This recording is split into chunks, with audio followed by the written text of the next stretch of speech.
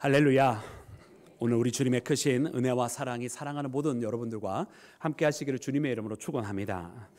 사랑하는 여러분, 시편 122편 그리고 123편 바로 여러분 순례자의 노래입니다. 성전에 올라가는 시라고 적혀져 있는 이것은 여러분 제의적으로는 예배를 드리기 위해서 여러분 그렇게 하나님 앞에 올려드리는 시이면서 여러분 영적인 의미로는 이것이 바로 자신의 삶을 떠나 하나님의 거룩한 성전을 찾아 나서는 바로 순례의 시인 것입니다. 그래서 오늘 이 122편에 있는 말씀과 123편에 있는 말씀을 보니 우리 인생의 여정 자체가 이렇게 하나님을 찾아 나서는 여러분 순례의 여정인 것을 깨닫게 되어지는데요. 특별히 122편에 있는 말씀에 보니까 여러분 이 순례자가 드디어 자신이 원했던 그 예루살렘 성에 도달하여서 기쁨 가운데 여러분 많은 사람들에게 여러분 축복하고 또 평안을 비는 모습을 우리가 발견하게 됩니다. 그래서 오늘 이 말씀을 우리가 함께 묵상하면서 사랑하는 여러분, 우리도 우리의 믿음의 여정 여러분 주님 앞에까지 이르러서 여러분 이처럼 큰 은혜와 큰 사랑 가운데 이르는 여러분 복된 믿음의 사람 되기를 주님의 이름으로 간절히 소망합니다.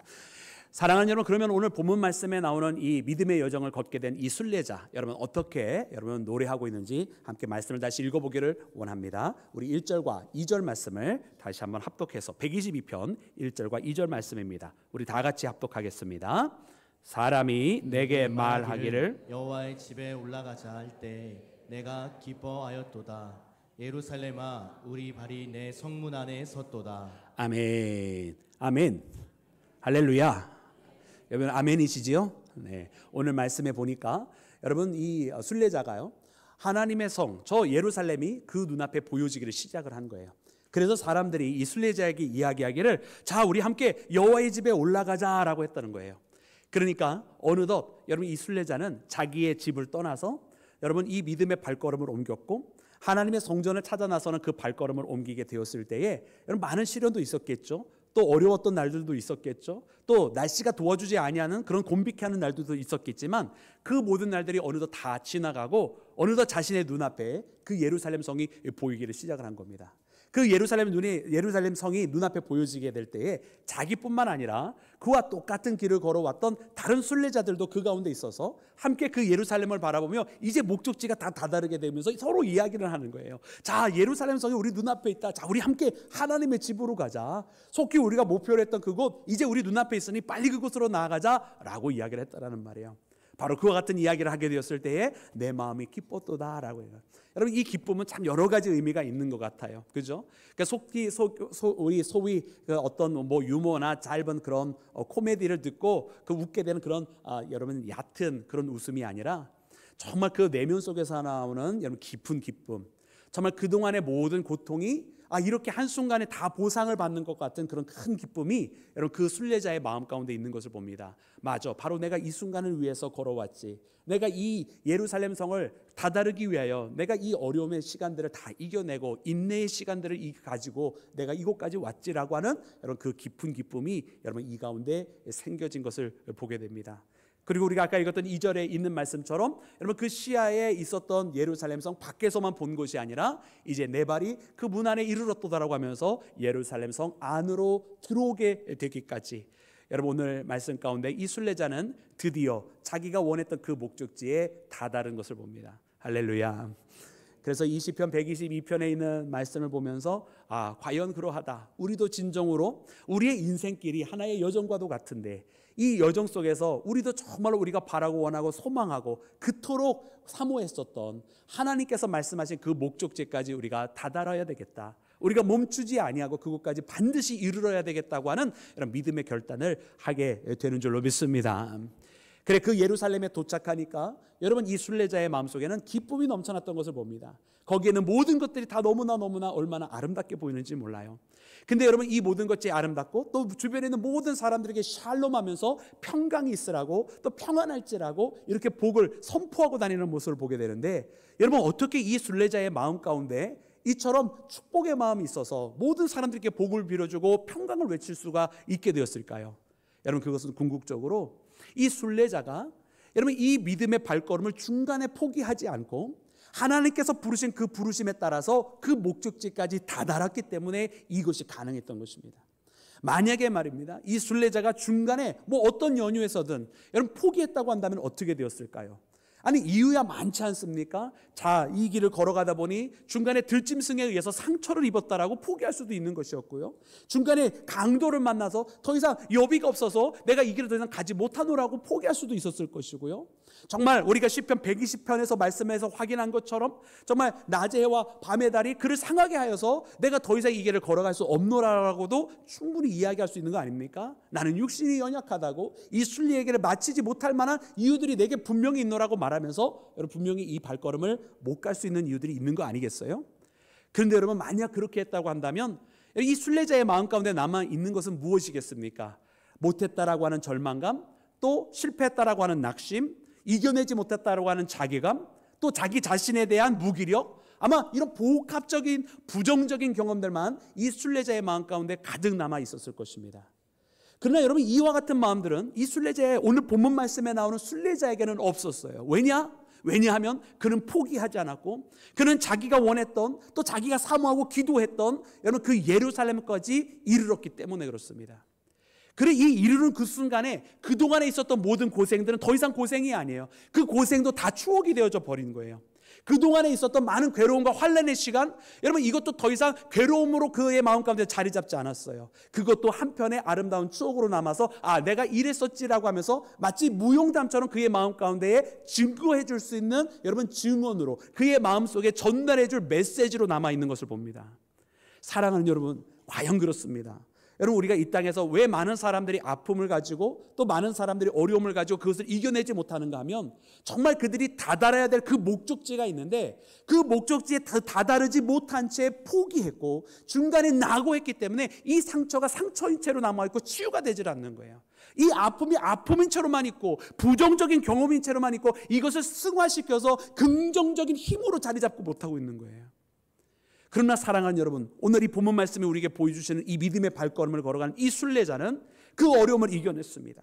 그리고 포기하지 않았습니다. 그리고 그가 바라고 소망하고 기도했던 주의 부르심이 있는 그 거룩한 성까지 다다르게 되었을 때 이 모든 것들이 아름다운 메시지가 되었고 누군가에게 전달해 줄 이야기가 되었고 그리고 하나님을 찬양할 동기가 되었고 그리고 많은 사람들을 축복해 줄 수 있는 이유가 되었던 것을 말씀을 통해 발견하는 나와 여러분이 되기를 주의 이름으로 축원합니다. 그러므로 사랑하는 여러분, 오늘 이 말씀은 우리에게 전해줍니다. 우리 모두도 이 순례자처럼 인생의 길, 하나님을 찾아가는 순례자인데 너는 이 길을 어떻게 가려느냐라고 이야기하고 주고 계시는 거예요. 어려움은 분명히 있고 난관도 분명히 있고 중간에 포기할 만한 이유들도 분명히 많이 있지만 그런 이유가 있다고 해서 중간에 낙오자가 될 것이냐라고 말씀을 해주고 있습니다. 여러분 이와 같은 도전 속에 여러분 혹 하나님을 믿기를 시작했다가 어떠한 연유에서건 여러분 중도 포기한 이들, 낙심하게 되어서 중간에 쓰러져 있는 이들, 여러분 그들 마음 가운데는 이 부정적인 경험을 이기지 못한 채 그저 여전히 상처인 채 여전히 아픔인 채 남아있을 수밖에 없는데 여러분 이와 같은 상황 속에서 남아있는 자들이 아니라 이 여정을 끝까지 포기하지 않고 주님 앞에 나아가는 자가 되어서 정말 우리를 부르신 주님의 그 나라에까지 이르러 모든 것이 주님께서 인도해 주신 그 은혜라고 내가 그 어려움을 이길 수 있었던 것도 이 모든 것들을 극복하게 하신 것도 다 하나님께서 내게 베풀어 주신 은혜였노라고 고백하며 여러분 주님 앞에 많은 산 증거들을 전파하는 믿음의 자녀가 되기를 주의 이름으로 축원합니다. 사랑하는 여러분, 그래서 오늘 말씀은 우리에게 끝까지 나아가라고 이야기해 주고 계십니다. 끝까지 포기하지 않고 나아가야 된다고 우리를 격려해 주고 계시는 말씀입니다. 여러분 우리가 잘 아는 여러분 가나안을 정탐했던 12 정탐꾼의 이야기가 있습니다. 그죠? 애굽에서 그들이 출애굽을 했고요. 그리고 그들은 여러분 40년이라고 한 세월이 이르러서야 가나안에 도착한 것이 아니라 훨씬 더 그것보다 이른 시간에 가나안을 목전에 두고 있었습니다. 그러나 가나안에 바로 들어가지 못하고 여러분 그들이 각 지파마다 한 명씩을 골라서 12명의 정탐꾼을 보내게 되는 이야기들을 우리가 너무나 잘 알고 있는데 여러분 그들이 다 똑같은 여러분 정탐을 한 결과를 내지는 않았어요. 그 중에 10명은 여러분 그 땅이 과연 젖과 꿀이 흐르는 땅이라고 하나님께서 말씀하신 그 땅과 같도다라고 이야기를 했지만 그들의 성읍을 보았고 그 성읍은 견고했고요. 그들은 강하였고 심지어 아낙 자손이라고 하는 거인족까지 거기에 있노라고 이야기하면서 갈 것을 만류했던 것을 봅니다. 다만 여러분 거기에 2명 여호수아와 갈렙만큼은 아니라고 이야기를 했었는데, 여러분 여호수아와 갈렙은 어떤 믿음을 가지고 있었습니까? 우리가 다시 한번 민수기 14장 말씀을 통해서 여호수아와 갈렙이 가지고 있었던 그 믿음을 확인하기를 원합니다. 우리 다 같이 합독해서 읽겠습니다. 시작. 이스라엘 자손의 온 회중에게 말하여 이르되 우리가 두루 다니며 정탐한 땅은 심히 아름다운 땅이라. 여호와께서 우리를 기뻐하시면 우리를 그 땅으로 인도하여 들이시고 그 땅을 우리에게 주시리라. 이는 과연 젖과 꿀이 흐르는 땅이니라. 아멘. 아멘. 사랑하는 여러분, 그렇습니다. 여러분 여호수아와 갈렙은요, 그것은 과연 아름다운 땅이라 하나님이 말씀하신 그대로라는 거예요. 여러분 여기까지는 아까 그 10명의 이야기와 동일합니다. 다만 그 다음부터 다른 것이 시작이 돼요. 10명의 아까 전에 있었던 다른 정탐꾼들을 그 아름다운 땅만 보는 것이 아니라 거기에 있었던 강대한 백성들, 거기에 있었던 견고한 성읍들, 거기에 있는 거인들을 바라보면서 우리는 거기에 가지 못한다라고 이야기를 했지만, 여호수아와 갈렙만큼은 그 땅을 바라봤고 이는 과연 하나님께서 주신 젖과 꿀이 흐르는 땅이라고, 아름다운 땅이라고 이야기하면서 이 여호수아와 갈렙의 눈에는 그 견고성이 안 보였겠습니까? 그 거인들이 안 보였겠습니까? 그 모든 것들이 보였음에도 불구하고 그들을 바라보지 않고 여호수아와 갈렙은 하나님을 바라봤습니다. 그러면서 고백한 것이, 하나님이 기뻐하시면, 하나님이 우리를 기뻐하시면 그가 우리를 그 땅으로 들이시고 이 땅을 우리에게 주시리라. 할렐루야. 하나님을 바라봤기 때문에 이와 같은 고백을 할 수 있었던 거예요. 상황과 조건들이 보였지만 그 상황과 조건만을 본 것이 아니라 그 너머에 계시는 하나님을 바라봤고, 그 하나님 앞에 기쁨이 되면 이 땅은 능히 우리의 것이 될 것이라고 하는 그 고백을 가지고 있었던 것을 여러분 우리가 발견해야만 할 줄로 믿습니다. 여러분 이 12명의 정탐꾼의 이야기를 들은 후에 안타깝게도 이스라엘은 여호수아와 갈렙의 이야기를 따르지 아니하고 나머지 10명의 이야기만을 듣고선 땅을 치며 통곡하며 여러분 거기서 원망을 하게 되었어요. 그 결과가 바로 이 광야 생활에서의 40년 여러분 그들이 떠도는 생활을 하게 되는 것입니다. 이 40년 광야의 생활은 결국 그들에게 있어서는 다시 하나님을 바라보는 시간이 되어야만 했던 시간이고, 상황과 조건을 바라보는 것이 아니라 그들을 부르신 하나님께로 나아가는 여정임을 깨달아야만 하는 순간이었던 것입니다. 이 40년의 세월 동안 그들은 세상에 있는 이곳저곳을 찾아다니는 시간이 아니라 가나안 땅이라고 하는 그 땅을 나가는 발걸음이 더 그 보여지는 땅이 아닌 정말 우리의 본향 하나님께로 나가는, 하나님께서 계신 곳이야말로 진정한 축복의 땅이라고 하는 것을 깨달아야만 하는 시간이었던 것을 우리 모두가 발견해야만 할 줄로 믿습니다. 여러분 그 결과는 이 40년이 지난 후에 하나님께서 명백하게 우리에게 보여주세요. 그래서 그 가나안 땅을 결국 누가 들어가느냐 보았더니 그 1세대들은 다 여러분 이 40년의 세월 동안 다 다시금 여러분 흙으로 먼지로 돌아가게 돼버린 것이고, 여러분 모세조차도 그 가나안 땅을 밟지 못합니다. 이 광야 생활 속에 새롭게 태어난 2세들과 그리고 1세대 중에는 유일하게 바로 그 여호수아와 그 갈렙만이 여러분 이 가나안 땅에 들어가게 된 것, 여러분 우리가 너무나 잘 알고 있는 하나님의 손길과 계획이었음을 발견합니다. 여러분 그래서 우리는 무엇을 깨닫습니까?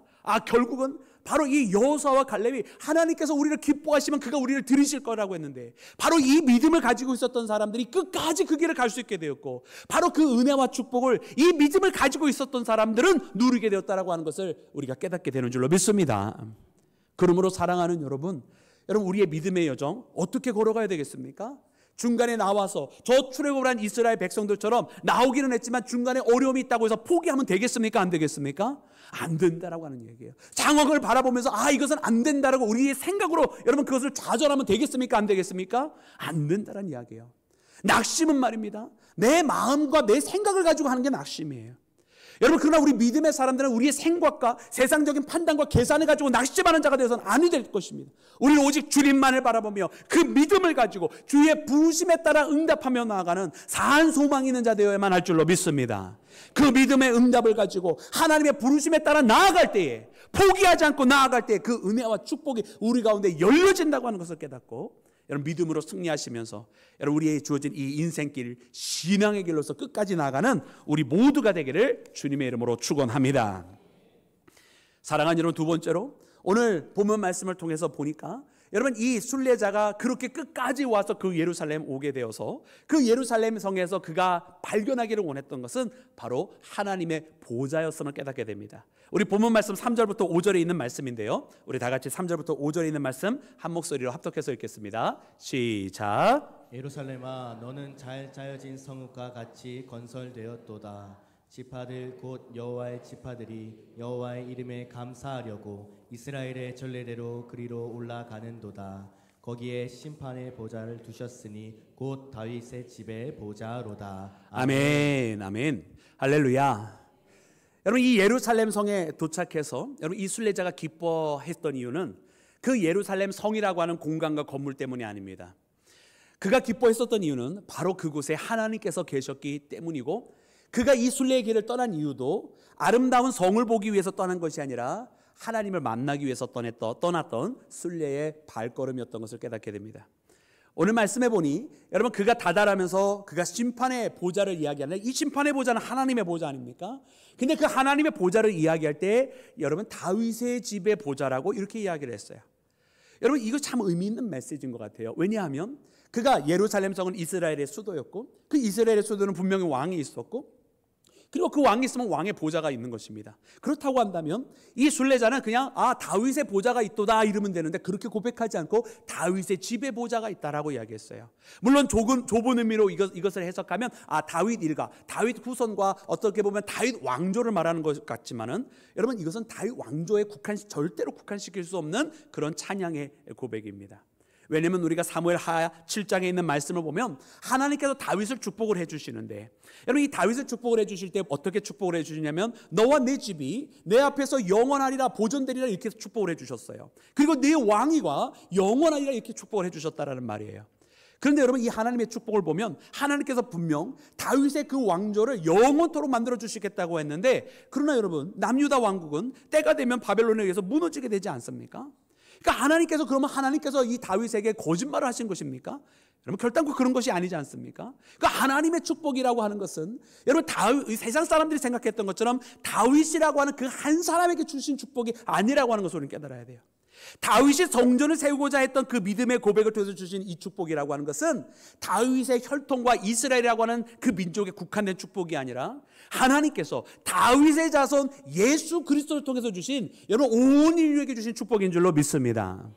여러분 그래서 성전이라고 하는 개념은요 우리가 건물로 절대로 국한시킬 수가 없는 거예요. 그리고 하나님 앞에 예배를 드린다라고 하는 장소 속에 하나님께서 세우시기를 원하는 하나님의 계획은 여러분 이렇게 위대하고 어마어마한 계획이지 결단코 한 민족으로 가둘 수 있는 작은 계획이 아니었다라고 하는 사실이에요.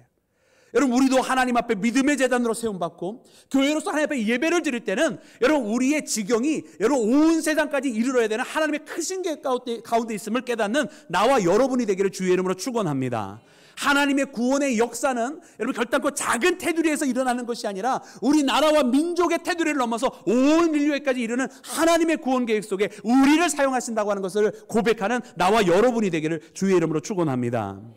그래서 하나님께서 주신 그 약속이라고 하는 것이 바로 다윗의 집의 보좌라고 말씀하시면서 이 다윗의 집 곧 다윗의 후손으로 오신 여러분 예수 그리스도, 그리고 혈통으로 말하는 다윗의 후손, 물론 예수님은 혈통적으로도 다윗의 후손이었지만 혈통으로 말하는 것이 아니라 진정한 메시아로서의 우리 가운데 오신 예수님을 통해서 주신 큰 은혜와 축복의 보좌를 말씀하고 계시는 거예요.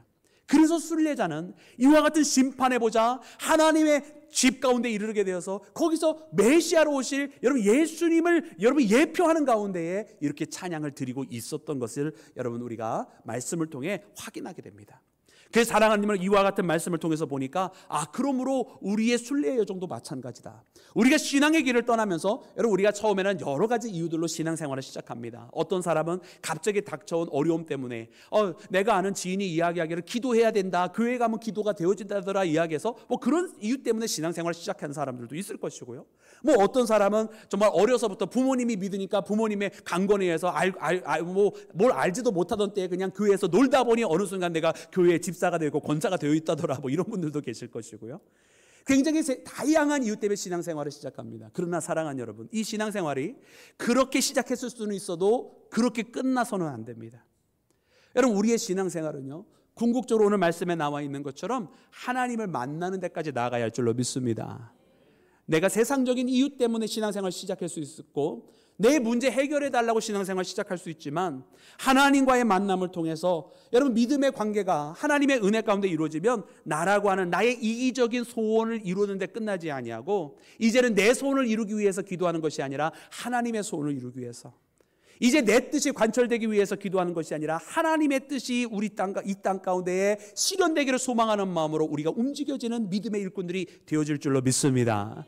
그렇게 하나님의 나라에까지 우리가 나아가게 되는 거예요. 그렇게 하나님을 만나기 위해서 우리가 살아가게 되는 거예요.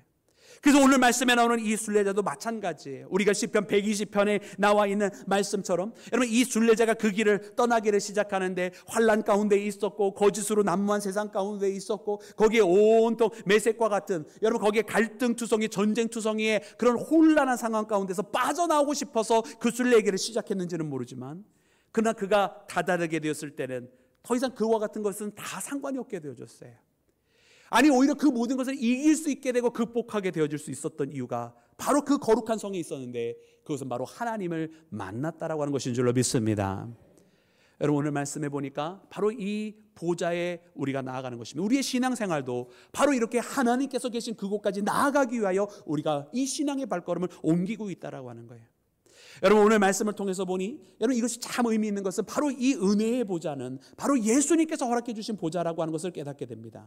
여러분 히브리서 4장 말씀해 보니까 이렇게 기록이 우리 히브리서 먼저 12장 말씀 함께 읽기를 원하는데요. 히브리서 12장 말씀해 보니 이렇게 기록이 되어 있습니다. 우리 다 같이 합독해서 읽겠습니다. 시작. 그러나 너희가 이른 곳은 시온산과 살아계신 하나님의 도성인 하늘의 예루살렘과 천만 천사와 하늘에 기록된 장자들의 모임과 교회와 만민의 심판자이신 하나님과 및 온전하게 된 의인들의 영들과 새 언약의 중보자이신 예수와 및 아벨의 피보다 더 나은 것을 말하는 뿌린 피니라. 아멘. 아멘.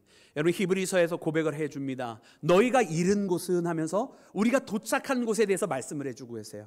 여러분 우리가 도착한 그곳은 어디입니까? 우리가 믿음으로 도착하게 되는 곳은 여러분 이 땅에 있는 것이 아니에요. 말씀해 보니까 그 시온산을 이야기하는데 이 땅에 있는 시온산이 아닙니다. 거기에 하나님의 도성이라고 표현을 해주고 계세요. 여러분 이 거룩한 성은요 이 땅에 있는 것이 아니라 하나님께서 거하시는 그곳인 줄로 믿습니다. 거기에 천만 천사들이 있다라 말씀했어요. 거기에 교회가 있다고 그랬고요. 구원받는 성도들이 있다고 고백을 해주고 있어요. 그러니까 우리가 이룬 곳은 바로 그곳이라는 그 하늘까지. 그래서 우리의 순례의 여정은요 이 땅에서 시작하지만 이 땅에서 이곳저곳을 찾아다니는 것이 아니라 이 땅에서 시작해서 하늘로 나가는 것인 줄로 믿습니다. 이 땅에서 시작해서 세상 사람들은 이 땅에 여기면 좋을까 저기면 나을까 또 그곳으로 가면 조금 더 부를 누릴 수 있을까 세상에서 왔다 갔다 하는 것이 이 땅에 사는 사람들의 인생길이지만 여러분 우리는 그런 세상에서의 인생길만 살아가는 것이 아니에요. 우리의 인생길은 곧 신앙의 길이 되었고 우리의 믿음의 길은 우리의 인생길은 곧 믿음의 길이 되어서 땅에서부터 하늘까지 주님 계신 그곳까지 나아가는 발걸음이 되었다고 하는 것을 고백하는 나와 여러분이 되기를 주의 이름으로 축원합니다. 특별히 우리가 다다른 그 하늘의 보좌에는 무엇이 있는가 보았더니 우리가 히브리서 12장 말씀에 가르쳐 주시는 것처럼 거기는 아벨의 피보다 더 나은 피가 있었더라고 기록하고 있어요. 여러분 아벨의 피는 무엇을 이야기합니까? 창세기 4장 말씀에 보니까 아벨과 가인이 제사를 드리는데 그때 하나님께서 받으신 제사는 바로 아벨의 제사였어요. 그가 가장 좋은 것으로 하나님께서 기뻐하시는 제사를 드렸는데요. 하나님께서 아벨과 그의 제물을 받으시면서 이 아벨의 피라고 하는 것은 바로 아벨의 제사의 피를 이야기하는 것이고 여러분 이 아벨의 제사라고 하는 것은 무엇을 의미하냐면 바로 이 땅에서 우리가 할 수 있는 최상의 예배를 최상의 제물을 이야기하는 것입니다. 그런데요 이 아벨의 피보다 더 귀한 것이 있다면 무엇이 될 수 있을까요?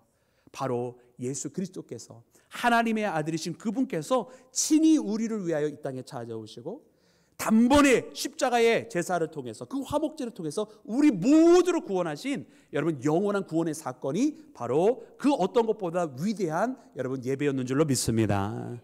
바로 그것을 이야기하는 거예요. 그러므로 말씀 가운데 보니까 그 하늘에서 이루어진 그 모든 사건으로 여러분 우리가 이렇게 기쁨 가운데에 주님의 나라까지 나아가는 것이다. 이 땅에서 결단코 이룰 수 없는 것 오직 하나님의 은혜로 이루어진 그 사건 여러분 믿음의 여정 하늘로 향해 나아가는 여정 가운데에 이루는 목적지가 바로 그것이구나라고 하는 것을 말씀이 우리에게 가르쳐 주십니다. 그러므로 사랑하는 여러분 오늘 말씀 가운데 보니까 이 다윗의 집의 보좌가 바로 그 예수님께서 계신 바로 그곳인데 여러분 그 다윗의 보좌에 대해서 처음에 이야기해 주실 때는 여러분 심판이라고 하는 단어를 통해서 표현을 해주셨어요. 그러니까 심판의 보좌는요, 하나님의 보좌고요, 심판주로 계시는 하나님의 모습을 이렇게 보여주십니다. 그러나 이 심판을 통해서 여러분 무엇이 되어지냐면 구원받을 자와 구원받지 아니할 자, 거기에서 땅땅땅 너는 유죄, 땅땅땅 너는 무죄, 이렇게 선포받을 자들이 나누어지는 거 아니겠어요? 그럼 누가 여기서 구원받을 자입니까? 누가 여기서 너는 죄 없다라고 하는 선포를 받을 수 있는 자입니까? 바로 예수님을 믿는 자들이, 바로 예수의 보혈의 피로 깨끗하게 되어진 자들이 구원받는 자이며 의롭다함을 얻는 자들인 줄로 믿습니다. 그래서 우리들에게는 이 심판이 두렵지가 않은 거예요. 세상에 있는 사람들은 이 심판이 두렵죠. 죄 가운데 있는 자는 여러분 이 심판이 무서울 수밖에 없습니다. 그래서 마지막에 두려워하는지도 모르겠어요. 그러나 우리의 믿음의 사람들은 그렇지 않습니다. 여러분 참되게 신앙생활 하시는 분들의 마지막 이 땅에서의 삶을 보면요, 얼마나 평안하게 마지막을 맞이하시는지 몰라요. 여러분 우리가 한두 번 경험하는 것이 아니에요. 마지막 임종 가운데 있다가 마지막 주님 앞에 함께 기도를 할 때 갑자기 평안해지시면서 그동안 놓지 못했던 숨을 정말 편안한 가운데 놓으시는 분들을 우리가 너무나 많이 발견해요. 이유가 무엇입니까? 이유는 이 죽음이 끝이 아니고 멸망이 아니고 이제 주님 앞에 서게 되는 그 순간이 오히려 주님의 평안과 참된 안식으로 들어가는 길이 되었기 때문에, 여러분 이 평안이 있기 때문에 이처럼 여러분 승리하는 마지막 발걸음을 걸어가게 되는 줄로 믿습니다. 사랑하는 여러분, 오늘 우리에게 주시는 말씀도 바로 그 같아요. 주님으로 말미암아 승리하게 됐다는 거예요. 그래서 그 심판의 보좌는 우리에게 두려움의 대상이 아니고 오히려 우리에게는 은혜의 보좌가 되는 줄로 믿습니다. 그래서 심판의 보좌는 우리에게 은혜의 보좌인 줄로 믿습니다. 히브리서 4장 말씀은 이렇게 기록하고 있습니다. 우리 다 같이 한 목소리로 히브리서 4장 말씀 합독하겠습니다. 시작. 그러므로 우리는 긍휼하심을 받고 때를 따라 돕는 은혜를 얻기 위하여 은혜의 보좌 앞에 담대히 나아갈 것이니라. 아멘. 할렐루야. 은혜의 보좌 앞에 그 은혜를 얻기 위하여 나아갑니다. 근데 우리 어떻게 나아가요? 어떻게 나아간다고요? 담대히 나아간다. 담대히. 걱정하면서 나가는 거 아니에요. 의심하면서 나가는 거 아닙니다. 왜냐하면 우리가 이미 예수 그리스도의 보혈의 그 은혜를 덧입힘을 받고 그 은혜를 받은 자들이기 때문에 우리는 담대히 나아갈 수 있어요. 이제 나의 죄는 나로 하여금 예수님으로 말미암아 용서함을 받고 깨끗하게 되어졌기 때문에 담대히 나아갈 수 있는 줄로 믿습니다. 사랑하는 여러분, 그래서 이 순례자는 그 거룩한 성에 이르렀을 때 기뻐하는 거예요. 그곳에서 하나님을 만났고 그곳에서 하나님의 은혜의 보좌까지 이르렀기 때문입니다. 사랑하는 여러분, 그래서 오늘 이 시간 이 시편 기자의 고백처럼, 여러분 이 순례자의 고백처럼 우리도 신앙의 길을 걸어가면서 은혜의 보좌 앞에 나아가는 담대한 기쁨이 있는 나와 여러분이 되기를 주님의 이름으로 축원합니다. 사랑하는 여러분, 이렇게 그 은혜의 보좌 앞에 이르는 이 순례자는 마지막으로 모든 것을 다 축복합니다. 그 예루살렘 성읍을 축복하고 거기에 있는 사람들을 축복하고 그리고 거기 있는 모든 사람들에게 복을 비르며 여러분 그렇게 축복하는 모습을 바라보게 됩니다. 여러분 이처럼 복의 복을 더하여 주시고 또 복의 복을 빌어줄 수 있는 것, 여러분 이것은 그냥 되는 것은 아닐 것입니다. 어떻게 그가 이와 같은 길까지 이르게 되었을까요? 여러분 그는 사실은 그 가운데 있었던 모든 환난과 역경을 이겼고 또 극복하였기 때문에 이처럼 여러분 축복의 사람이 된 것을 봅니다. 여러분 오늘 이 시간 우리 모두도 이와 같은 축복의 사람 되기를 주의 이름으로 축원합니다. 그래서 오늘 본문 말씀 가운데 이어져서 바로 123편이 나오는 것은 굉장히 우리에게 의미가 있어요. 왜냐하면 이 123편에 나와 있는 말씀은 이 순례의 발걸음이 결단코 갑자기 거저 주어진 것이 아니라고 하는 것을 깨닫게 합니다. 오늘 122편만 읽으면 마치 그래 예루살렘에 이르렀고 평안을 빌어주는구나, 마치 모든 것이 다 쉽게 이루어진 것처럼 우리가 착각을 할 수가 있어요. 그러나 그렇지 않습니다. 여러분 오늘 본문 말씀에 나오는 이 평안이라고 하는 것, 어떻게 보면 시편 120편에 나오는 그 상황과 굉장히 대조가 되죠. 오늘 이 122편에는 모든 것이 다 주의 평안으로 가득 차 있고 모든 사람들이 거기에서 평강에 넘치고 있는 모습을 보여줍니다. 그러나 이 순례자가 처음 출발했었던 그 장소는 어땠습니까? 120편 우리가 어제 묵상했던 그 말씀을 바라보니까 모든 헛된 것과 환난 가운데 있었고 거짓이 난무하는 세상 가운데 있었습니다. 전쟁과 싸움과 갈등이 있는 그곳에 있었습니다. 그래서 주님 앞에 긍휼을 구하면서 주님 나를 도와주시옵소서라고, 나를 긍휼히 여기시옵소서라고 그렇게 주님 앞에 탄원하면서 기도하면서 그 순례의 발걸음을 간신히 시작했던 거 아닌가요? 마치 우리의 신앙의 삶의 여건들이 여러분 이 순례자가 그 처음 발걸음을 떼었을 때의 상황과 너무나 유사합니다. 그런데 오늘 이 말씀에 보니까 그곳에 도착하니까 모든 것이 평안이 되는데, 그러면 마치 순간이동하듯이 120편에서 122편으로 순간이동하듯이 환난과 역경 속에서 갑자기 여러분 은혜와 평강으로 이루게 되었을까요? 그렇지 않고요. 분명히 그 지나가는 과정, 여러분 이 과정에는 모진 일들이 또 곤비케 하고 우리를 낙심시키는 여러 가지 일들이 있었던 것을 보게 됩니다. 그래 123편에는 이 순례자는 이렇게 하나님 앞에 기도를 합니다. 여러분 이 시지만은 하나님 앞에 기도인데 우리 123편 3절과 4절 말씀을 함께 합독해서 읽겠습니다. 우리 123편 다 같이 한 목소리로 합독합니다. 시작. 여호와여 우리에게 은혜를 베푸시고 또 은혜를 베푸소서. 심한 멸시와 우리에게 넘치나이다. 안일한 자의 조소와 교만한 자의 멸시가 우리의 영혼에 넘치나이다. 아멘. 아멘. 아멘. 여러분 순례자는 이렇게 마음이 가난해졌었습니다. 왜냐하면 그가 걸어가는 길은 결단코 평탄한 길이 아니었기 때문에 그렇습니다. 여러분 그 가운데는 많은 그를 멸시하는 사람들이 있었고요, 그를 조롱하는 사람들이 있었다는 거예요. 아니 순례의 좀 떠나면 좀 도와주면 안 되겠습니까? 응원해주고 격려해주고 엽이라도 좀 보태주고 물이라도 좀 주면서 그래 너를 축복한다, 반드시 내가 원하는 그 목적지까지 다뤄라, 이렇게 격려해주면 좋지 않겠습니까? 그러나 여러분 이와 같은 생각은 어떻게 보면 우리가 너무 이 세상을 아름답게만 이상적으로 생각하는 것인지 모르겠어요. 과연 아니나 다를까 이 순례자가 경험한 것도 뭡니까? 멸시와 조롱이었다는 거예요. 평안한 자들이 조롱했다고 하는 것은 이 순례의 길을 떠나지 아니한 사람들을 이야기하는 거예요. 그러면서 그는 이야기합니다. 아이고 네가 가면 어디까지 가겠냐, 이러고 그를 여러분 조롱하고 있는 것이지요. 여러분 참 이상한 것은 무엇이냐면 사람들이 뭔가 뜻을 세우고 좀 의미 있는 일을 하고자 하면 여러분 도와주면 좋잖아요. 근데 도와주기보다는 이상하게도 그것을 방해하고 시기하는 세력들이 훨씬 항상 더 큰 것을 보게 됩니다. 그래서 이 세상 자체가 죄악에 물들어 있다고 하는 것을 우리가 이렇게 다 경험을 하게 되는 거예요. 꼭 말씀을 이렇게 가르쳐 줘서만이 아니라 우리가 살면서 느끼고 피부로 와 닿는 모든 것들이 이 세상은 정말로 죄악 가운데 있구나라고 알게 되는 것이죠. 왜냐하면 선한 일을 하는 것은 굉장히 어려워하지만 악한 일을 하는 것은 그냥 아무렇지 않게 막 저지르거든요. 여러분 느헤미야 2장 말씀해 보면 거기에서 느헤미야가 돌아와서 여러분 예루살렘 성곽을 짓는 이야기가 나옵니다. 여러분 이때의 예루살렘은요 이미 바벨론에 무너져 있었던 상태였고 이제 제국이 바뀌어서 패권 국가가 바뀌어져 가지고 새로운 시대가 도래했음에도 불구하고 이미 한번 무너진 그것은 복구하기가 너무 어려운 거예요. 강도들로 넘쳐났었고요, 그들을 괴롭히는 세력들로, 이방 세력들로 넘쳐나 있어. 그냥 계속해서 유린당하고 있는 예루살렘의 모습을 보여줍니다.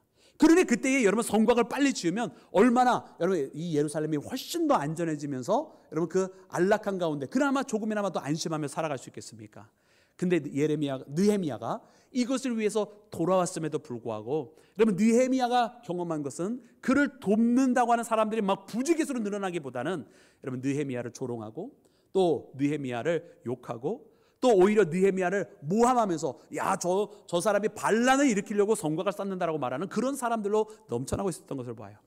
그래서 여러분 느헤미야는요 이렇게 기록을 하고 있습니다. 우리 2장 19절과 20절 말씀을 함께 읽기를 원합니다. 우리 다 같이 함께 느헤미야 말씀 합독합니다. 시작. 호론 사람 산발락과 종이었던 암몬 사람 도비아와 아하비아 사람 게셈이 이 말을 듣고 우리를 업신여기고 우리를 비웃어 이르되 너희가 하는 일이 무엇이냐, 너희가 왕을 배반하고자 하느냐 하기로 내가 그들에게 대답하여 이르되 하늘의 하나님이 우리를 형통하게 하시리니 그들의 종들인 우리가 일어나 건축하려니와 오직 너희에게는 예루살렘에서 아무 기업도 없고 권리도 없고 기억되는 바도 없다 하였느니라. 아멘. 아멘. 할렐루야. 여러분 산발락, 도비야, 게셈, 여러분 이런 사람들이 느헤미야를 돕는 게 아니라 여러분 조롱하였습니다. 그리고 모함하였습니다. 네가 반란을 일으키려고 이 성곽을 쌓는 거지? 이러면서 여러분 느헤미야를 모함했다라는 말이에요. 여러분 이것처럼 여러분 무엇인가 뜻있고 의미 있는 일을 할 때에 도우는 세력보다는 사실은 방해하고 시기하는 세력들이 훨씬 더 많습니다. 여러분 우리도 세상에 살면서 무엇인가 정말로 때로는 서운한 감정들이 들 때 그것은 우리가 뭔가를 의미 있는 일을 하려면 돕는 사람들이 좀 많이 생겼으면 좋겠는데 그게 아니라 왠지 돕지도 않고 그냥 방관하고 방치하고 심지어 방해하기까지 하는 여러분 그런 이들이 주변에 생겨질 때 아니겠어요? 여러분 그런데 과연 세상이 이처럼 죄악 가운데 있기 때문에 그런 일들을 벌이는 것을 봅니다. 여러분 느헤미야도 마찬가지예요. 그에게 주어진 환경과 조건은요 그를 돕는 것이 아니라 그를 더 힘들게 만들었습니다. 주변에 있는 사람들 그를 지지해 주는 것이 아니라 그를 더 괴롭히는 것을 우리가 말씀을 통해 발견합니다. 그러나 그렇다고 해서 느헤미야가 포기했습니까? 그 가던 길을 멈췄습니까? 여러분 그러지 아니하였어요.